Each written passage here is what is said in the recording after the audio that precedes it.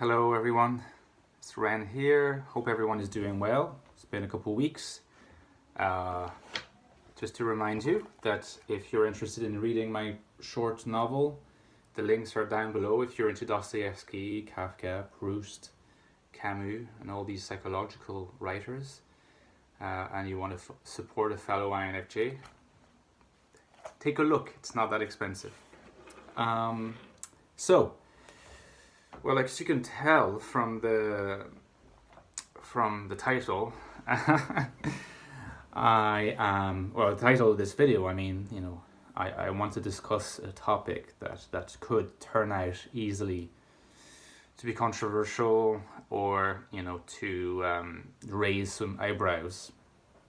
But I suppose I went for that title, about INFJ being potentially the unhappiest type, despite the obvious generalization, because I wanted to draw your attention, so I'm fully aware of that. But I also wanted to start a discussion about thoughts that I've been having lately, And I've been having those thoughts lately, to be completely honest with you, partly as a result of my own experience, Now, what do I mean by this, and what do I mean by the question, is INFJ the unhappiest type? Of course, you can't really predicate happiness of a type. You would predicate it of a person. But generally speaking, what the question means is, are INFJ people potentially the most likely to be potentially unhappy or frustrated in life? Maybe frustrated more so than unhappy is the question. And the reason why I'm asking myself that question is, I think, there's two sides to this dimension of unhappiness or frustration that have been occupying my mind. The first side is NI, okay?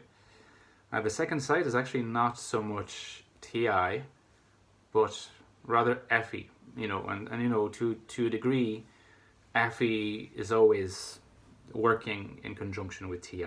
Because, the judging functions work together. They're always imbricated with one another in some way or other.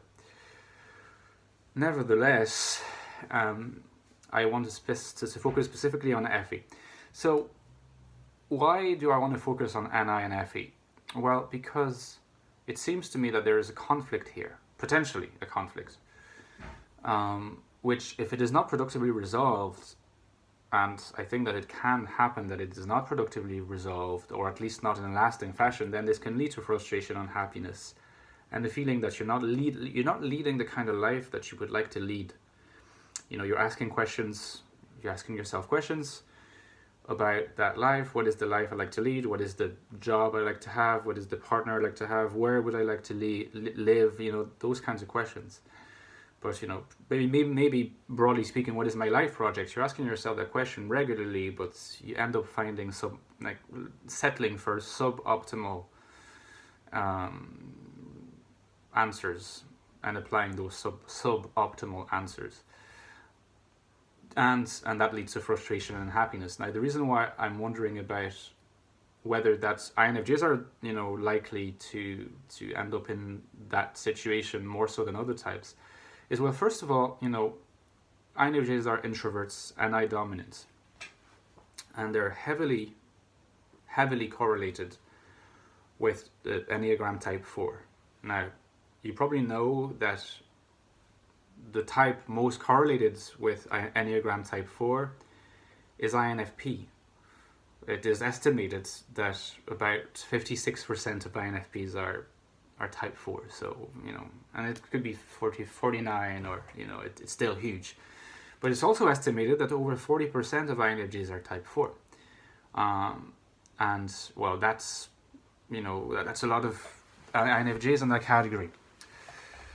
So, if you're an INFJ Type 4, you kind of concentrate all this paradox, especially maybe INFJ Type 4 with a 5 wing. So you're kind of cerebral, but you're also kind of very introspective. You embody, I think, a lot of those issues, a lot of those paradoxes, and I'm genuinely wondering whether that might not be an open gate towards the risk of confronting dissatisfaction, frustration, and unhappiness in life. If you're an INFJ, NI dominant, type 4, maybe not type 4, maybe 4 is in your trait type somewhere. Now you're going to have this feeling, first of all, that your view of the world and the way you apprehend the world is quite unique to yourself. And that kind of uniqueness is both a blessing and a curse, because, well, in a sense, it really grounds your identity and you care a lot about your sense of identity. But at the same time, you also, at the very same time as it grounding your sense of identity, you're always likely to kind of feel like that sense of identity is threatened, by a lot of potential life situations. So it's being a type 4 INFJ in this case is a lot of it is about trying to live a life that is social and altruistic and peaceful with other people, whilst cultivating your sense of identity, and that is important to you, but not allowing it to become too dominant over your life, because then you could end up looping. But the thing is, that's going to be something that an INFJ with 4 somewhere in their trait type is going to care about a lot. And with that comes the notion of following your own calling, right? For example, to be very concrete, in a job situation, you're going to pay very clear attention to, does that job satisfy me, and do I feel like I'm fulfilling my strong sense of individuality in that job? So it doesn't have to be selfishness, just a strong sense of individuality. A lot of jobs tend to negate that sense of individuality. But the thing is, for a lot of people, for a lot of types, including introverts, that's not such a big issue, because the sense of individuality is not that developed, and so it's not going to be high in their hierarchy of priorities, and so they're going to look at other things, and maybe they'll find job satisfaction like that, or satisfaction with their life projects like that.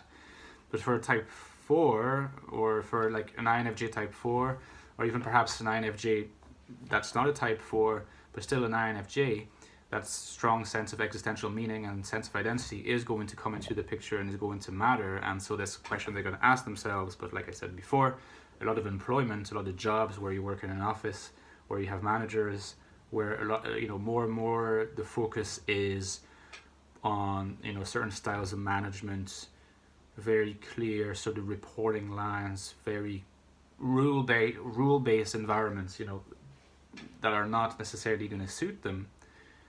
They might want to pull out of those jobs. Now, an INFP, for example, to take that example, might want to pull out of those jobs as well, particularly if they're type 4, let's say. But here's the thing. I think that's ultimately why I think that the INFJ is more likely to end up unhappy than INFP, is I think the INFP can do that, ultimately, and be somewhat happy with themselves, as in, not feel bad about it. Feel somewhat, at least to an extent, impervious to the outside pressure of having a job, being part of society, having security, saving for their pension when they're older, that kind of thing. If an INFP decides that the job is not for them and that they can get, they can quit and maybe, just be independent for a while, I think the man should do it fine, by and large. But with an INFJ, it's more complicated, because they might experience the exact same temptation, but because of FE, they're also going to feel a lot more the pressure to not leave their job, because society has an influence over their values that is very much alive and stronger than INFPs, because again, their feeling is extroverted.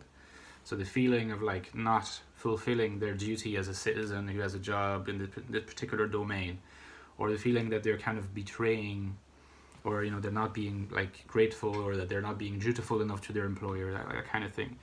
Having this kind of broad sense of duty, or just anything else that like sort of is a symptom of an outside influence that ends up interfering with what they want for themselves, which it also can be very strong and very strongly individual. I think this conflict is very hard to resolve in the case of an INFJ, and I can't imagine how it would be as hard in the case of either INFPs or INTJs or INTPs or any other N-types, assuming for a moment that N-types, because of their intuition, tend to question these things more in general than S-types, which I think is true, at least to an extent. But I think the INFJ, the issue is this conflict here between the individuality of NI, the strong thirst for self-expression, and the attraction that Effie has for finding a legitimate place of belonging within a larger social network where the opinions of others and the opinions of the larger society just ends up mattering, and it's impossible for the INFJ not to take those into account and to try to pacify them somehow.